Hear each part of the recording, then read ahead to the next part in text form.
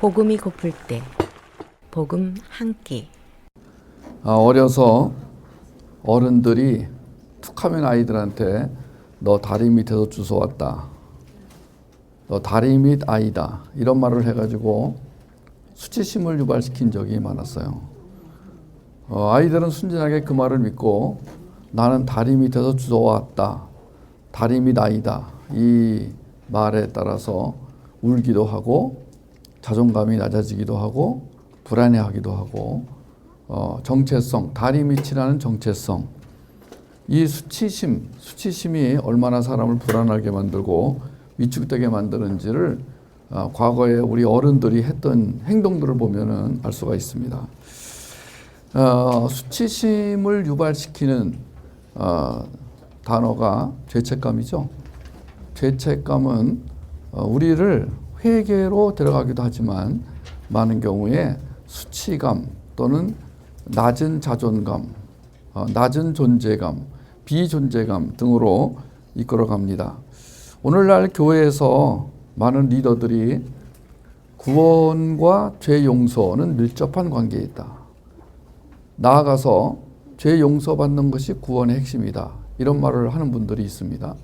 그런 분들은 대표 기도하러 나오면은 제일 먼저 저는 죄인입니다, 이 죄인을 용서해 주십시오라는 말로 시작을 해서 이 죄인이 오늘 하나님 말씀을 듣겠습니다 라고 자기를 죄인으로 정죄하고 그리고 끝이 납니다. 그러니까 이제 많은 초신자들은, 많은 자녀들은 그런 리더나 그런 부모를 본받아서 나 역시 죄인이구나, 나는 어쩔 수 없는 죄인이구나.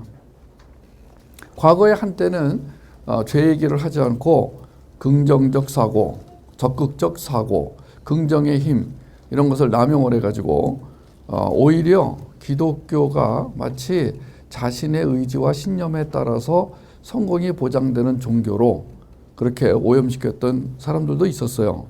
그런데 오늘 저희들이 나누는 이야기는 뭐냐면 구원을 죄 용서받는 것에 국한시켰을 경우에 어떤 일이 벌어지는 것인가. 거기 제 캐릭터가 있는 부분을 보시면은요, 구원을 죄 용서받음에 제한시키지 마십시오. 우리의 죄는 이미 십자가에서 효력을 정지당했습니다. 사실 거듭난 이후 가장 큰 죄는 내가 내 인생의 주체가 되는 거 아닙니까? 이것 때문에 에덴에서 쫓겨난 거 아닙니까? 문제는 지금도 생명력이 약하면 언제든 재발 가능성이 높은 것이죠. 뭐가요? 내가 내 인생의 주인이 되려는 욕망. 그죠? 구원은 뭐예요? 구원은 그리스도의 생명을 받는 거죠. 구원 이후에는 끊임없이 그리스도의 생명력을 받는 것이고요. 그렇다면 죄사함의 근거인 십자가에서 한 걸음 더 나아가야 한다는 말이 맞겠죠. 많은 사람들이 여전히 십자가에 머물러 있습니다. 십자가가 우리를 구원하게 하신 것은, 십자가의 능력이 우리를 구원하게 하신 것은 사실입니다. 내가 그리스도와 함께 십자가에 못 박혀 죽었나니 라는 말씀도 분명히 우리가 십자가에서 죽었음을 선포합니다. 그런데 문제는 십자가에 머물러 있으면 안 된다는 거예요. 십자가는 죽음을 상징합니다. 십자가는 용서를 상징합니다. 십자가는 생명을 상징합니다. 그런데 여기서 한 걸음 더 나가면은 죽음에서 부활, 용서에서 용납, 생명에서 생명력. 그러니까 한 걸음 더 나아가지 못하고 이 십자가에 머물러 있는 신앙은 건강한 신앙이 아니다, 이렇게 되겠죠. 그러므로 우리가 그의 죽으심과 합하여 세례를 받음으로 그와 함께 장사되었나니 이는 아버지의 영광으로 말미암아 그리스도를 죽은 자 가운데서 살리심과 같이 우리로 또한 새 생명 가운데서 행하게 하려 하심이라. 만일 우리가 그의 죽으심과 같은 모양으로 연합한 자가 되었으면 또한 그의 부활과 같은 모양으로 연합한 자도 되리라. 로마서 6장 4절 5절이 바로 그것을 말해주고 있습니다. 그리스도와 함께 죽었으면 그리스도와 함께 부활에도 이를 것이다. 자, 나아갔죠? 십자가를 통과했죠? 십자가를 넘어섰죠? 네. 우리가 이제 새 생명 가운데 생명력으로 행하게 하려 하시려고 우리를 부활의 능력을 부어주셨다. 죄 용서받으면서 나아가 역동적으로 연합된 상태의 삶을 살게 하시려는 것이 아버지의 뜻이다. 십자가가 끝이 아니다. 십자가가 목적이 아니다. 십자가만 묵상하면 무기력하게 살기 쉽다. 자, 십자가를 계속해서 묵상해 보십시오.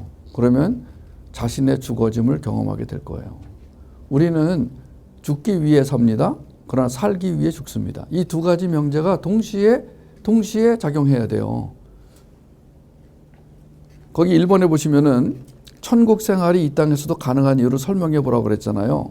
왜 이 문제가 나왔냐면, 자, 천국 생활은 지옥 생활에 반대예요. 지옥 생활이 뭐죠? 우리 마음에 수치심으로 가득 차 있을 때, 절망감, 좌절감, 비존재감으로 가득 차 있을 때, 그게 지옥 아닌가요? 우리가 지옥과 천국을 경험하는 것이 이제 마음이잖아요. 우리가 보통 일상적으로 많은 분들이 이렇게 분류합니다. 자, 천국은 내면의 상태를 말합니다. 그러니까 비가시적이죠. 천국은 마음이 지성소가 된 상태를 말합니다. 그런데 하나님의 나라는 가시적입니다. 이것은 8개 영역이 하나님의 통치권 아래 들어가는 것을 말합니다. 여기에는 천직 개념이 있어야 됩니다. 여기는 완성 개념이 있어야 되고요. 그래서 천국을 소유한 자가, 천국을 누리는 자가 하나님의 나라를 완성할 수 있으며, 그것은 곧 거룩한 백성의 삶을 살게 되는 것이다. 그런데 만약에 죄책감과 수치심과 비존재감으로 가득 차 있을 경우에 어떻게 이 천국을 맛볼 수 있을 것인가? 그럼 천국을 누리지 못하는 자가 어떻게 하나님의 나라를 완성할 수 있을 것인가? 하나님의 나라와 천국 개념이 없는 사람이 어떻게 거룩한 백성이라고 말할 수 있는 것인가?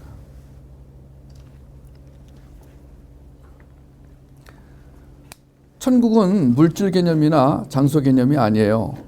그렇게 이해하면 곤란합니다. 천국은 안식 개념이에요. 안식은 시간 개념으로 이해해야 합니다. 즉 영혼의 시간, 카이로스의 시간 개념으로 이해를 해야 돼요. 카이로스의 시간이 이 세상 영역, 8개 영역에 스며들어가서 하나님의 통치 아래 놓이게 되면 영토, 주권, 백성이 다 하나님의 통치를 받게 되는 하나님 나라 개념이 된다고 그랬습니다. 여기서 영토마저도 물질 개념이 아니라는 사실을 유념하셔야 됩니다. 천국은 그리스도를 통해 우리 가운데 이미 이루어진 나라이며, 또한 그분으로 말미암아 완성될 완전한 나라, 이미 와 있으나 아직 오지 않은 나라, 가시적이며 비가시적인 나라. 천국은 현실과 동떨어진 막연한 개념이 아니에요. 오늘도 성령을 통해 우리 가운데 역사하시는 하나님의 실제적인 은혜의 결과입니다. 천국은 성경 안에 게시된 내용을 중심으로 이해하고 묵상하고 받아들여야 하는 것입니다. 그런데 오늘날 샤머니즘이나 불교 등 이런 영향을 받아서 천국 개념이 오염이 됐어요. 그리고 유교의 영향을 받아서 자꾸 죄책감을 유발시키는 발언을 하는 분들이 있어요. 그러니까 유교, 불교, 도교, 무속신앙 이런 것들이 뉴에이지화 하면서 신념을 강조하거나 인간의 신념이나 인간의 자아를 강조하거나, 그래서 명상으로 끌고 들어가서 너는 할 수 있다. 존재, 너라는 존재가 신의 존재를 뛰어넘을 수 있다라고 가르친도 문제가 있지만, 자꾸 죄로 끌고 들어가서 죄책감을 유발시킴으로 말미암아, 그 죄책감으로 말미암아 하나님의 자녀, 하나님의 종, 하나님의 청직이, 하나님의 제자, 나아가서는 하나님의 신부됨의 영광을 가리며 살게 된다면, 누리지 못하게 한다면 이건 문제가 큰 것이다, 이렇게 말할 수 있겠습니다. 통상 하나님의 나라와 천국을 구별하는 것이 꼭 뭐 이렇게 가위처럼 칼로 나누듯이 나눠지는 것은 아니지만은, 많은 사람들이 그 내면의 상태와 그 내면의 상태로 말미암아 확장되어가는 가시적 하나님의 나라 개념을 잃어버리기 쉽기 때문에, 그래서 우리 자녀들에게 그 천국과 하나님 나라 개념을, 또 천직과 이 지성소 개념을 이해시키기가 어려워요. 그래서 대부분의 기독교 가정의 자녀들이 천국 개념이 약해요. 심지어 어떤 권사님 장로님은 천국을 천당으로 해석을 해서 마치 우리가 가야 하는 어떤 장소가 있는 것처럼 장소적 개념으로 천국을 오해하게 만드는 경우도 있어요. 천국은 무슨 개념이요? 시간 개념이에요. 안식 개념이에요. 영혼의 시간 개념이에요. 우린 지금 이미 그 영혼의 시간 속에 들어와 있는 거예요. 그것을 확인하는 게 묵시예요. 그러니까 우리 자녀가 묵시를 볼 줄 알아야 비로소 거기서 하나님을 만나게 되는 거예요. 근데 어떤 지금 주일학교 학생이 어떤 중고등부 학생이 묵시를 이해하겠습니까? 자꾸 성경을 내러티브나 인물 중심으로 끌고 가는데 어떻게 묵시에 들어갈 수 있겠어요? 그러니까 이 시간 개념, 하나님의 시간 개념을 이해시키고 천국 개념을 이해시키고 그걸 경험하게 해주려면은 구원이 죄의 용서에 국한되는 것이라는 이 거짓말에 속아 넘어가지 않도록 해야 된다는 거예요.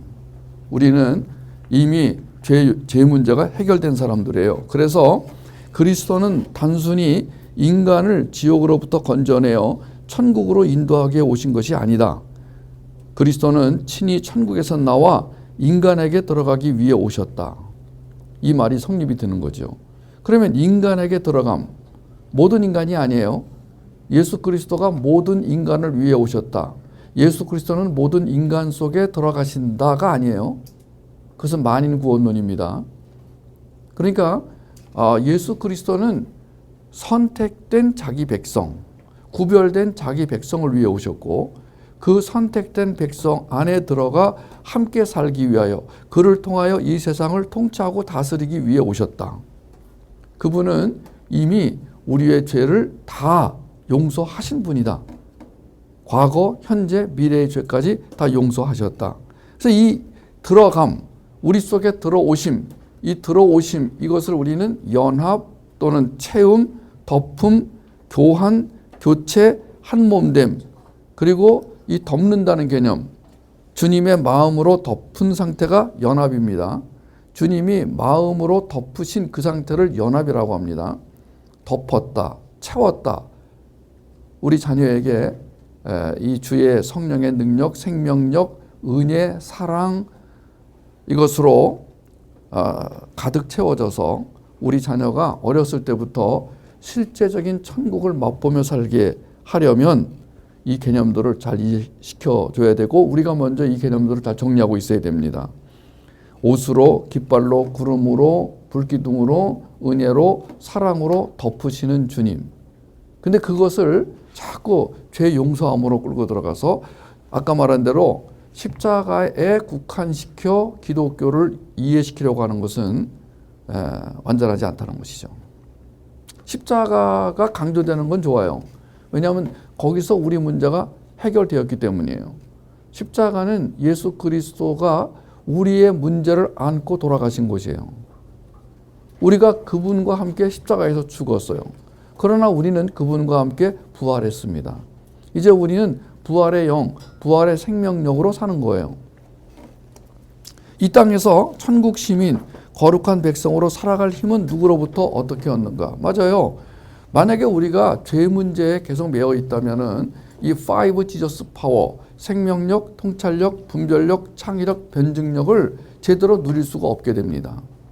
그 죄 문제를 뛰어넘어야 됩니다. 그리고 이 주님의 능력, 5 지저스 파워를 갖게 되면은 이것은 더 이상 죄를 짓지 않는 능력이 되기 때문에 죄 문제가 해결되는 거예요. 사실 우리가 죄를 걱정할 필요가 없어요. 죄를 의식할 필요가 없어요. 죄를 두려워할 필요가 없습니다. 왜냐하면 주의 능력으로 가득하게 되면 죄의 문제를 뛰어넘게 되는 거거든요. 주의 생명력은 죄를 이기게 하는 능력이에요. 주의 사랑은 죄의 유혹에 빠지지 않게 하는 힘이에요. 사랑, 주님의 사랑은 그 자체가 역동적이에요. 그 자체가 파워예요. 근데 주님의 사랑이 어떻게 나타나느냐? 생명력, 통찰력, 분별력, 창의력, 변증력으로 나타난다는 거예요. 우린 이것을 예배와 교육 또는 예배와 훈련을 통해서 우리 자녀에게 풍성히 누리도록 도와주는 것이죠. 이 땅을 천국 하나님의 나라로 만들어가기 위해 뭐가 필요하다고요? 네, 맞아요. 요한복음 10장 10절에 의하면은 생명을 가진 자가 이 땅에서 천국을 누릴 수 있고 하나님의 나라를 완성해 나갈 수 있어요. 그런데 요한복음 10장 10절에 보니까 생명을 가진 자가 날마다 그 생명력으로 말미암아 풍성한 삶을 살게 될 것이다. 그러므로 생명 플러스 생명력. 그리고 베드로후서 1장 4절에 나오는 신의 성품, 갈라디아 2장 20절과 로마서 6장 6절에 의해서 정체성. 이 정체성이라는 단어가 참 중요한 단어입니다. 자, 자기를 죄인으로 생각하느냐 의인으로 생각하느냐, 이 부분은 지난 과에서 다뤘어요. 자꾸 자신을 죄인으로 생각하면 그 죄에 집중하게 되면, 죄를 묵상하게 되면 이제 죄의 영향력에 묶일 가능성이 매우 높습니다. 죄는 영향력이 있어요. 우리 안에도 그 죄를 향하여 가려는 습성이 있는 건 사실이에요. 그런데 이 습성, 죄의 습관, 이것이 육의 본성인데 하나님은 이 육을 의의 옷으로 이렇게 덮으셨단 말이에요. 그러니까 우리가 여전히 죄의 습성을 가지고 있어요. 죄의 습관을 가지고 있어요. 죄를 좋아해요. 그러나 문제는 주의 의의 옷이, 주의 능력과 사랑이 이것을 완전히 덮어버리면 이것은 무기력해진다는 거예요. 존재 자체가 없어지는 게 아니에요. 우리가 이 땅을 떠날 때까지 육의 존재는 있어요. 육은 계속해서 존재감을 과시하려고 할 거예요. 그리고 그것은 우리를 죄의 습성과 습관을 이용해서 죄 가운데로 끌고 들어갈 거예요. 그러나 우리는 여기에 집중하지 않습니다. 육이나 죄에 집중하지 않고 영과 의에 집중합니다. 집중, 뭐에 집중하느냐, 이 문제죠. 오늘의 문제는 뭐에 집중하느냐. 자, 거기에 따라서 정체성이 결정이 된다.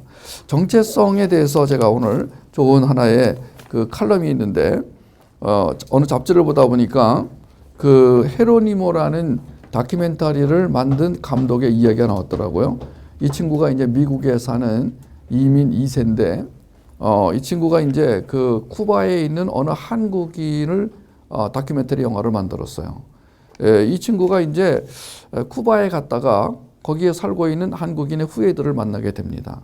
자기도 이제 미국 이민자로서 디아스포라라고 하는 이 의미를 늘 이제 어렴풋이 생각하고 있었는데, 쿠바에 살고 있는 한인 2세, 3세들이 한국인의 정체성을 지키려고 애쓰는 걸 보면서 감동을 받아서 다큐멘터리를 만들기 시작합니다.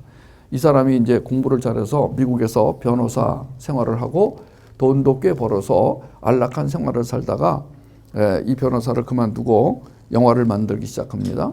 경제적으로 도움이 안 되는 영화를 만들게 된 이유는 무엇인가? 바로 이 정체성, 한국인이라는 정체성에 관심을 갖게 되면서 거기에 맞는 다큐를 만들게 된 것이죠. 근데 이 인터뷰를 보니까 이 당신이 만든 영화가 그 쿠바 한인들의 목소리를 모아 한국인의 정체성을 지키고 살아간다는 것에 대해서 조망한다는 내용인데 맞느냐? 이렇게 질문하니까 이렇게 대답을 했어요.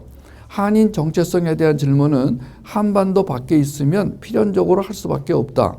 원하든 원치 않든 타국에선 남들이 나를 한국인으로 규정한다. 그때부터 한국인이라는 정체성에 대해 고민하고 답을 내야 한다. 헤로니모를 만나는 순간 그의 삶이 한인 정체성의 상징이 될 수 있을 거라고 생각했다. 유대인의 랍비 중 한 사람이 디아스포라에 뿌리는 고통이라고 말했다. 나라가 침략당하는 고통, 거기서 떠날 수밖에 없는 고통, 다른 나라에 들어가서 차별을 받을 수밖에 없는 고통. 그 고통 끝에 나오는 것은 혁신성이다. 새로운 정체성을 만들 수 있는 창조성이라고도 할 수 있다. 중국에 정착하면 중국 한인, 미국에 정착하면 미국 한인, 쿠바에 정착하면 쿠바 한인이 되는 거다. 한국인이란 정체성의 최전선에 있는 사람들이라고 해도 좋겠다. 불행히도 아직 한국 사회에서 재외동포를 바라보는 시각은 낯설고 거리감이 있다. 이들에게서 차이를 발견하고 배척하는 쪽으로 작동하면 안 된다. 한민족, 한국인의 정의와 범주를 확장하고 포용해야 한다. 이런 말을 했어요. 저는 뭐 얼마 전에도 시드니 갔다 왔어요. 저는 그 외국에 가서 그 재외 한국인, 한국 동포들을 많이 만납니다. 그런데 그들 중 상당수가 어렵게 살고 있어요.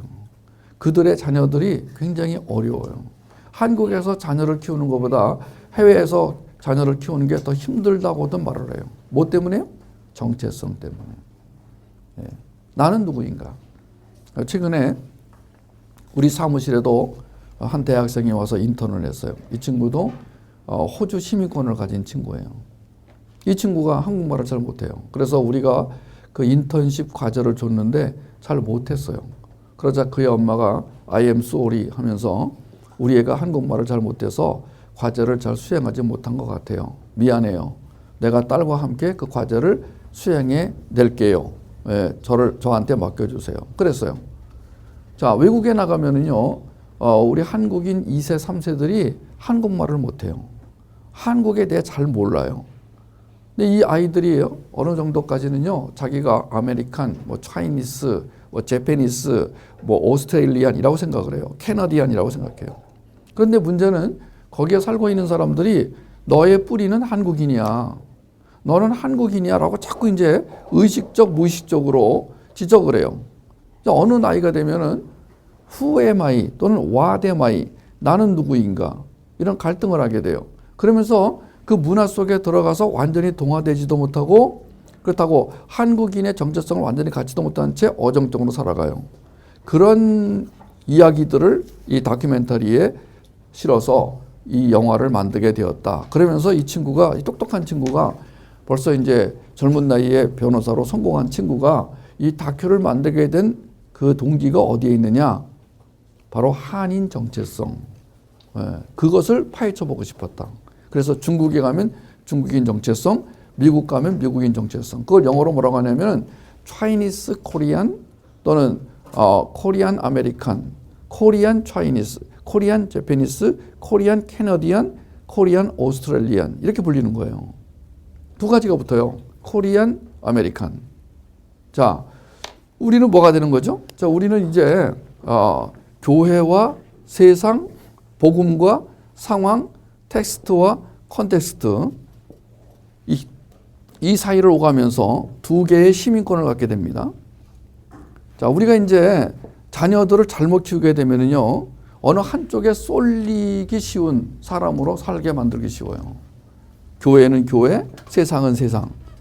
복음이면 복음, 상황이면 상황. 그래서 이제 어정쩡한 삶을 살게 만들어요. 또 교회 안에서도 너는 누구니? 라고 하면 자꾸 자신을 죄인이라고 그렇게 지칭하거나 죄인으로 인정을 해. 그게 아주 멋있어 보이고 그게 신앙심이 깊은 것으로 착각하게 만들어요. 아니에요. 우리의 정체성에 대해서 오늘 고민해 보는 시간이었으면 좋겠어요. 이 부분은 자, 우리가 이제 구원을 받은 이후에 자, 나의 초점과 나의 관점은 어디에 가서 맞춰질 것인가?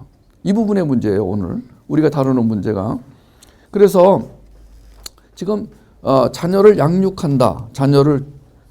우리의 자녀를 하나님의 그 아들, 딸로 양육을 하고 하나님의 종으로 양육하고 하나님의 청지기로 양육하고 그런데 이 아가서를 공부하면 여러분 아가서를 꼭 공부하셔야 됩니다.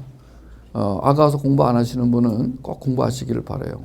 저는 아가서가 우리의 정체성을 규명하는데 특히 신부의 영성을 가진 하나님의 신부라는 정체성을 확인시켜주는 너무나 좋은 복음이기 때문에 여러분 될 수 있으면은요 아가서 공부를 저랑 같이 했으면 좋겠어요. 다른 아가서 공부 교재가 좋은 것도 많이 있지만 주일날 여러분 꼭 여기에 12시 반까지 오셔서 아가서를 같이 공부했으면 좋겠어요. 왜냐하면 이 아가서를 공부하면 할수록 우리가 하나님의 신부라고 하는 이 인식이 굉장히 분명해지고 또렷해집니다. 그래야만 비로소 여기에 빠지지 않게 되는 거예요. 이 함정 뭐냐? 구원은 죄 용서를 받는 데 있다. 이 함정에 빠지지 않게 되는.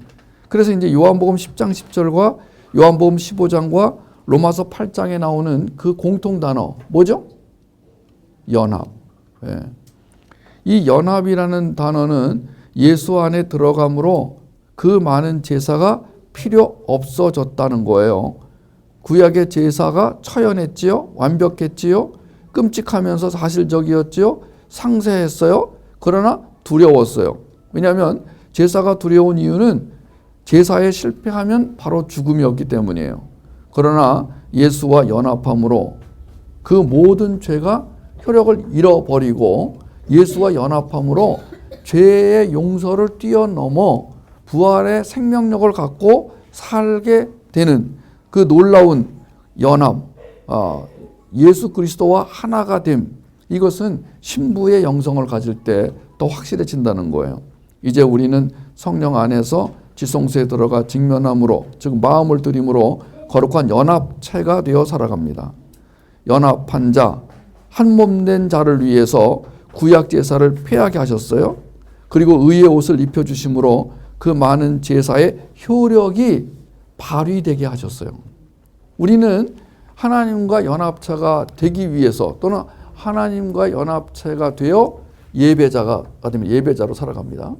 예배에 대해서 성경이 많은 부분을 말씀하고 있지만 특히 로마서 12장 1절 2절이 굉장히 중요한 부분이라고 그랬죠. 너희 몸을 거룩한 하나님의 산 제물로 드려라. 제사를 지내는데 제물로 드려라. 제사는 제물이 있어야 돼요. 제물은 죽여야 됩니다. 완전히 죽여야 돼요. 만약에 제사를 지내는데 제물이 살아서 움직이면 그것처럼 낭패가 없어요. 그 제사는 실패합니다. 근데 우리 몸을, 오늘날 하나님이 우리 몸을 제물로 드려라. 이것이 영적인 예배다. 자, 영적인 예배가 있고 육적인 예배가 있다는 거예요. 오늘날 예배에 실패하는 사람들은 육적인 예배 또는 혼적인 예배에 빠지게 되면 예배에 실패하게 됩니다. 제가 자주 언급하지만 중고등부 아이들이 그 복음에 초점을 맞추지 않고 그 비트가 강한 CCM이라든가 또 악기의 리듬에 마음을 뺏기게 되면 자칫 또는 어른이 복음이 아닌 그 복음 안에 계시된 예수 그리스도가 아닌 그 만약에 어떤 신비적인 체험 경험에 이제 초점을 맞추게 되면 또는 인본주의, 혼합주의, 율법주의에 빠지게 되면 예배가 실패하는 거예요. 그러니까 그 예배라는 것은 뭐냐면 나의 몸을 제물로 드리는 거예요. 그러니까 몸을 드린다는 얘기는 이 몸을 대표하고 있는 마음을 드린다는 거죠. 마음을 드린다는 것은, 자, 마음을 드린다. 이것은 뭐예요? 마음을 다룬다가 되겠죠. 그러면 우리의 마음을 왜 다루어야 되냐면은 마음속에 다루어야 할 부분이 있기 때문에, 다루어야 할 요소가 있기 때문에 마음을 다루는 거예요. 뭐죠? 악한 부분, 상한 부분, 더러운 부분. 그죠? 마음이 지성소가 되지 않으면 그 마음은 상한 상태가 돼요. 악한 상태가 돼요. 더러운 상태가 돼요. 그래서 마음의 확정함을 잃어버리게 됩니다. 마음에 확신이 없어요. 정말 하나님은 살아계신가? 우리 엄마는 하나님이 살아있다고 하는데 나는 왜 그 하나님이 느껴지지 않는가? 만져지지 않는가? 이건 혹시 우리 어머니의 하나님이 아닌가? 나의 하나님이 아니라 많은 그 2대째 믿고 3대째 믿는 그 부모로부터 신앙을 물려받은 크리스찬들이 갖는 고민이 그거예요. 그 마음이 흔들리죠? 확정되지 않은 상태에서 그 예배가 안 되겠죠? 그 예배가 안 되니까 뭐예요? 예배의 실패자는 뭐예요? 어디로 가겠습니까? 죄책감으로 가는 거죠. 근데 그 죄책감을 가진 사람에게 또 거기다가 기름을 뿌려요. 너는 죄인이야. 죄를 용서받아야 돼. 네가 만약에 죄를 용서받지 못하면 너의 구원은 취소가 될 수 있어. 와우. 제가 지난번에 어느 교회 가서 설교를 듣는데 목사님이 대놓고 그런 말씀하십니다. 주여 주여 하는 자마다 천국에 못 들어간다고 그랬지 않습니까? 오늘 여러분들이 아무리 주여 주여 해보십시오. 여러분의 죄 문제를 해결하지 못한다면 여러분의 구원은 취소가 될 수 있습니다. 그 설교를 듣고 사람들이 위축이 된 거예요. 그 중에 몇 분이 나오고 밥을 먹는데 정말 너무 무섭다, 두렵다. 그래서 뭐가 두렵냐? 그랬더니 제가 구원을 못 받을까 봐 두렵습니다. 구원 받았습니다. 그랬더니 그걸 어떻게 하냐는 거예요. 그래서 아니 지금 당신은 지금 오늘 여기 뭐하러 왔냐? 나랑 지금 복음 공부하러 왔지 않느냐? 내가 당신에게 복음을 얘기할 때, 예수를 얘기할 때 아멘 하지 않았느냐? 자, 구원 받았느냐 못 받았느냐의 그 증거는 뭐에 있다? 복음을 알아듣느냐 못 알아듣느냐예요. 구원 받지 못한 사람은 복음을 못 알아듣는다니까요. 이런 시간에 나오질 않아요. 원래 오늘 안 하려고 그랬어요. 네. 우리 오늘 쉬자. 복음 한 귀 쉬자. 그랬는데 아니다. 나와야 된다. 그랬다면서요? 여러분 진짜 구원받은 사람들이에요. 저 오늘 좀 널널하게 이렇게 지내려고 좀 늦게 일어나서 제가 시드니 갔다 와서 이게 뭐 피곤해가지고 또 부산 가서 또 하루 종일 또 애들 캠프하고 왔잖아요. 부산 사람들이 내가 신인 줄 알아요. 신은 신이에요. 어르신. 네. 네? 올해부터 제가 어르신이 됐단 말이에요. 근데 다 감동을 먹어가지고 어떻게 그럴 수 있냐. 그래서 I love you 그랬습니다마는 여러분 그 부산 애들이 이번에도 거의 다 왔는데 하루 종일 캠프하는데 그 추운데 밖에 나가서 막 다시 그 댄싱을 했거든요. 원웨이 지저스라든가 뭐 다시 촬영을 해가지고 이제 기존 촬영한 거 이걸 들려고 했는데 애들이 추운데 나가서 다 따라 부르고 저녁 6시까지 애들이 충실하게 훈련을 받고 돌아가는데 제가 몸은 피곤하지만 마음이 기쁘고 감사하고 행복하더라고요. 제가 이번 시드니에서 하도 신경을 써가지고 소변이 안 나올 정도로 신경을 썼어요. 그래가지고 지금 나도 자유롭고 싶다. 더군다나 26명이 한 집에 이렇게 머무는데 화장실이 3개밖에 없어가지고 나라도 화장실을 들어가자. 그러다 보니까 이제 위축이 된 거예요. 거기 우리 일행 중에 내과 의사가 한 분 있었는데 뭐 내분비 계통에 문제가 생긴 거래 지금 나보고 뭐 어려운 얘기를 해가지고 잘 모르겠지만 그래서 이제 마지막 가는 날 4시 반에 공항으로 가기로 했는데 제가 전화를 걸었어요. 지혜자매 혹시 그 버스를 1시간 일찍 좀 오게 할 수 없어요? 그래서 왜요? 내가 좀 쉬고 싶어요. 1시간이라도 좀 더 먼저 쉬고 싶어요. 그때 알아볼게요. 조금 전에 전화가 왔어요. 된대요. 그래서 내가 빨리 보내주세요. 그래가지고 부랴부랴 3시 반에 다 태웠어요. 그걸 잘 가라고 인사하고. 이제 화장실을 내 마음대로 써야지 이제. 세계를 돌아가면서 써야지. 딱 문을 열고 들어오는데 눈물이 나는 거야. 그 텅 빈 집에 조금 전까지만 해도 바글바글 하던 사람들이 다 없어졌어. 근데 시원할 것 같으죠? 눈물이 나는 거야. 괜히 일찍 가라고 그랬네. 이렇게. 그래서 이번에 제가요, 다른 것은 몰라도 크리스찬은 형제 자매는 공동체로 살아야 된다. 영적 공동체로. 자녀도 영적 공동체 안에서 키워야 된다. 그걸 절실히 제가 깨달았어요. 준수 엄마도 깨달았죠? 준수 엄마가 바뀌지 않았어요? 이번에 시드니 안 간 사람들은 두고두고 후회할 거예요. 안 간 사람들은 가서 뭘 했는지 모르니까 그냥 막연할 뿐이에요. 우리가 주님 안에서 영적 공동체로 살면서 예배 공동체, 그리고 교육 공동체, 훈련 공동체. 근데 여기에서 우리가 예배를 통하여, 예배라는 것은 구약의 제사입니다. 제사에는 제물이 필요해요. 그 제물은 나의 몸을 대표하는 마음을 뺏기지 마라. 너의 마음이 지성소가 되게 해주겠다. 성경에 이 마음에 대한 이 단어가 무지 많이 나옵니다. 마음과 연결된 감정도 무지 많이 나오고요. 마음과 연결된 생각도 무지 많이 나와요.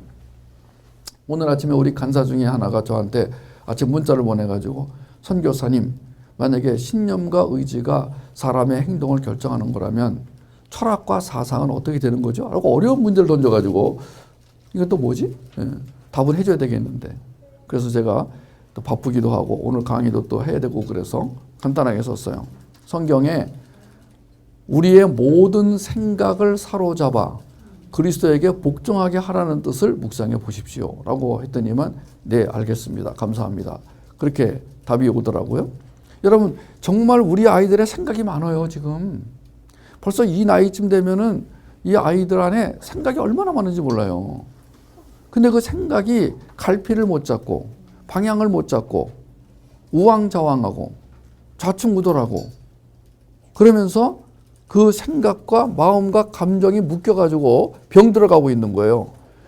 이것이 이제 사상으로 나타나면 이제 문제가 심각해져요. 이것이 하나의 사상으로, 이것이 철학으로, 이것이 세계관으로, 정체성까지 가면 심각해져요. 자, 이렇게 벌써 문제가 생겼어요. 이거를 바꾸기가 쉽지가 않아요. 그러니까 오늘 우리가 다루는 이 주제가 굉장히 중요한 주제입니다. 마음이 천국이 되게 하라. 마음으로 지옥을 경험하지 않게 하라. 그리고 그 마음 속에 세상 정신이 들어와 둥지를 틀지 않게 해라. 그러면 이 사고와 신념과 의지와 사상이 완전히 병들어 버린다. 시작은 어디에서 온다?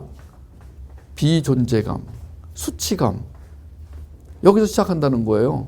사단은 우리에게 수치감을 주어서 우리로 하여금 병든 성도의 삶을 살게 한다는 거예요. 온전하지 않은 삶을 살게 한다는 거예요. 그게 지옥이라니까요. 오늘의 명언을 보십시다. 주님은 나를 용서하신 게 아니라 용납하셨다. 이번 과에 아주 중요한 한 문장. 주님은 나를 행위를 가지고 따지는 분이 아니시다. 나를 살려놓으신 다음에 너 요거 잘했지? 요거 못했지? 이건 마치 뭐하고 똑같으냐면은 준수야, 내가 너를 사랑한다. 그런데 너 오늘 숙제를 안 했어. 그러니까 나한테 맞아야 돼. 이리 와. 그래 놓고 야구방망이 갖고 와가지고 엎드려. 그래가지고 마구 때렸어요. 그래 놓고 사랑한다? 보냈어.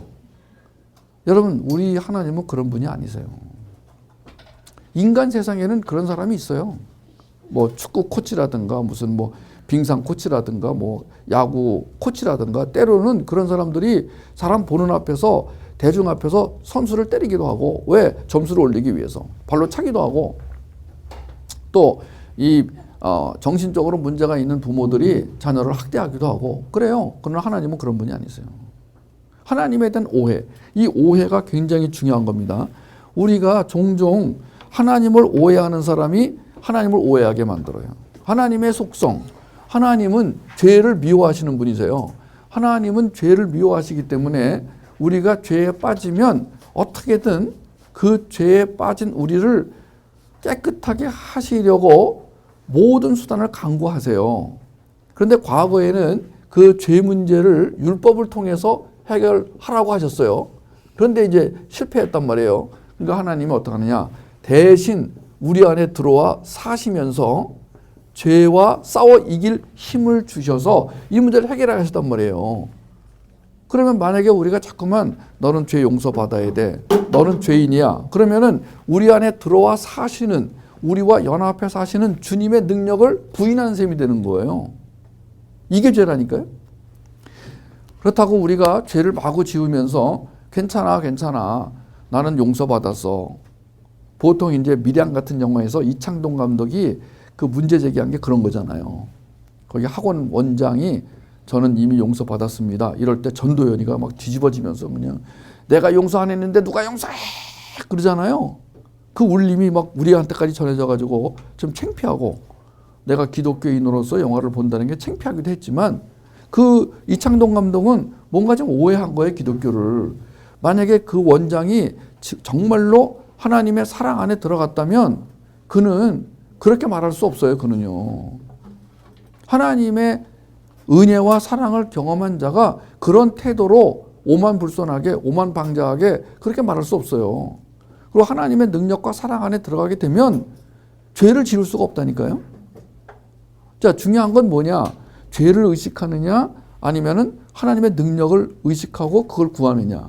예, 죄 용서에 발이 묶이느냐 아니면 하나님 주신 의의 능력을 바라보고 그거를 원하는 갈망하는 사람으로 살게 할 거냐.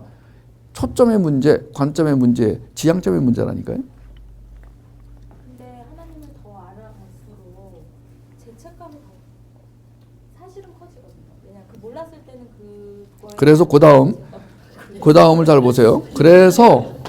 그래서 그 다음 병원이 또 나오는 거예요. 나에게 초점 맞추면 실패, 주님께 초점 맞추면 성공. 예. 그러니까 그게 겸손이라고 생각하지 마세요.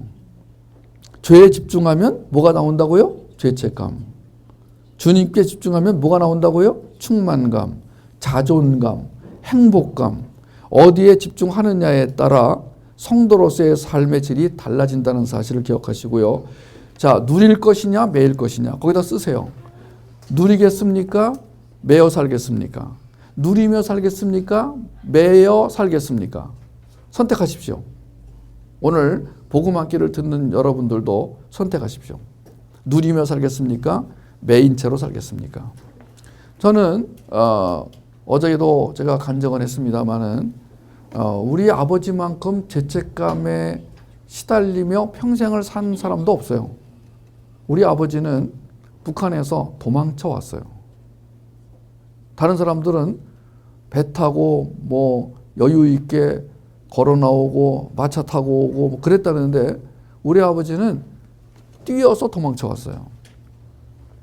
그러니까 일사후퇴라는 압록강까지 갔던 군인과 유엔군이 후퇴를 하면서 이제 마지막으로 거기 딸려서 나오지도 못하고 이제 그 북한군이 총을 쏘며 국군을 뒤따를 때 그 마지막 포기할 수 없었던 그 재산들을 다 포기하고 뛰어서 도망쳤는데 그러다 보니까 이제 가족을 챙기지 못했어요. 혼자 도망쳐 왔어요. 와 보니까 이제 자기 두 동생이 뒤에 따라 도망쳐 왔고 조금 있다가 큰 아들이 도망쳐 왔어요. 그런데 거기에 여전히 작은 아들, 딸, 부인, 어머니까지 남겨져 있었다는 거예요. 땅, 농토는 차치하고라도 자기 가족을 두고 혼자 도망쳐 왔다는 죄책감 때문에 우리 아버지는 날마다 뭔가를 내 앞에서 먹었어요. 어느 날 제가 어린 제가 이렇게 봤더니 그 봉투에 명랑이라고 쓰여져 있었어요. 나중에 알고 봤더니 그게 그 당시에 값싼 중독성이 강한 진통제였어요. 죄책감으로 하여금 우리 아버지는 늘 머리가 아팠고 그 두통을 해결하기 위해서 값싼 약을 늘 먹었어요. 그래서 아버지는 웃는 모습이 거의 없었어요. 저는 아버지가 웃는 모습을 본 적이 없어요. 그러다가 저희 아버지가 이제 그 마지막에 뇌졸중으로 사경을 헤맬 때 제가 아버지 손을 잡고 아버지 지금 의식이 살아있다면 예수님을 영접하셔야 됩니다. 이렇게 돌아가시면 안 됩니다. 그랬더니 우리 아버지가 그 무의식 중에도 내 손을 꽉 잡고 제가 영접 기도를 시켰어요. 저는 몰라요. 아버지가 그 영접 기도를 진정으로 따라하고 천국에 가셨는지 아닌지 몰라요. 그러나 한 가지는 분명해요. 죄책감이 얼마나 인간을 피폐하게 만들고 그런 아버지로 인해서 저까지 내려갔어요. 저희 어머니가 제가 어렸을 때 돌아가셨는데 저는 어머니가 없기 때문에 돌봐주는 사람이 없었어요. 근데 어느 누가 지나가다가 너 때문에 네 엄마가 일찍 죽었다. 전 이 말이 가슴에 꽂혀가지고 얼마나 저 자신을 저주했는지 내가 뭘 잘못했길래 우리 엄마가 일찍 죽어야 했나. 여러분 누군가 한마디가 저를 완전히 병들게 했었어요. 지금도 그 효과가 있어요. 지금도 꿈을 꾸면은 어떤 때 막 가위 눌리고 막 어떤 어둠 속에서 막 나오려고 몸부림을 치다가 꿈이 깨기도 하고 그래서 계속 그걸 다룹니다. 하나님 지금 제 핵심 감정 안에 있는 이 문제들을 다루어 주시기 바랍니다. 계속 그 문제를 다루고 그래서 그 꿈을 꾸고 나면 옛날에는 어떻게 잊어버리려고 음악을 틀거나 일어나자마자 그런데 지금은 직면 기도를 시작하는 거예요. 하나님 제가 지금 제 안에 지금 무의식 속에 그런 눌림이 있는 것을 제가 발견했습니다. 저는 이것을 다루게 해주시고 다루어 주십시오. 그러니까 우리가 지금 이제 어떤 문제를 인식했어요. 근데 그 문제를 어떻게 다룰 것이냐를 알게 됐어요. 이게 중요한 겁니다. 우리 안에 죄의 본성이 있고 죄의 습성이 있어요. 그리고 그것을 주관하는 게 육이에요. 우리의 거듭난 영은 아니에요. 우리의 영은 하나님을 바라보고 하나님과 연합하고 하나님 안에 들어가 살기를 원해요. 그러나 이 육은 죄 가운데 들어가서 죄와 함께 살기를 원해요. 이 두 싸움이 있어요. 그런데 우리의 이 싸움에서 이기는 방법은 하나밖에 없다니까요. 어디에 초점을 맞추느냐.